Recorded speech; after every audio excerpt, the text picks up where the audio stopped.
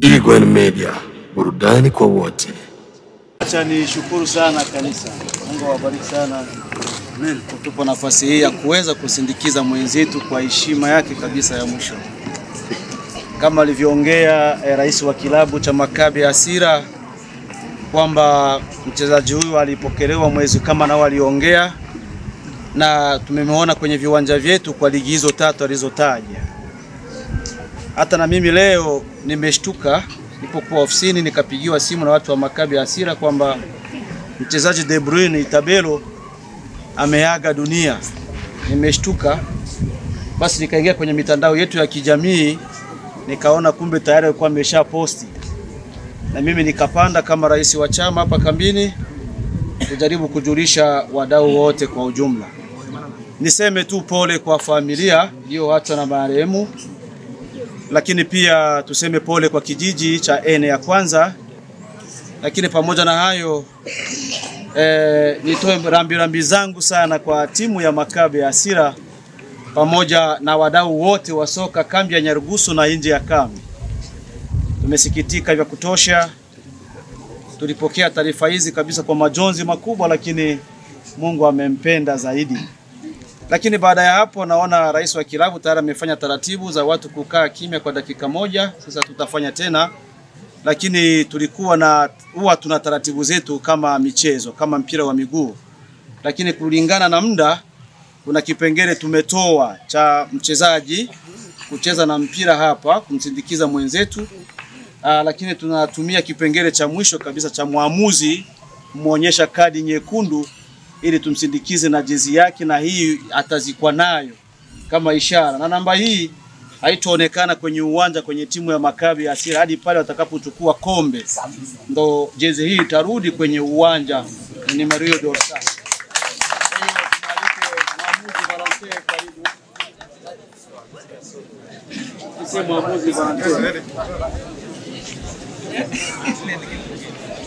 Lakini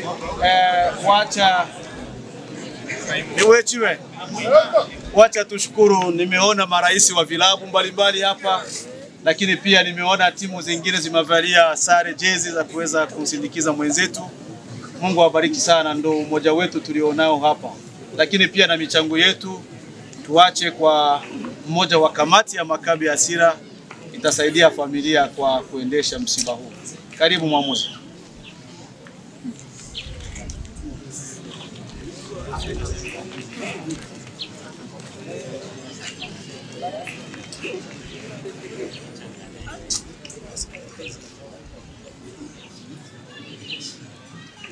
Basi atapiga filimbi mwamuzi. Tuombe wachezaji wote na marais wa vilabu walioko hapa wanasimama. Simu watu wengine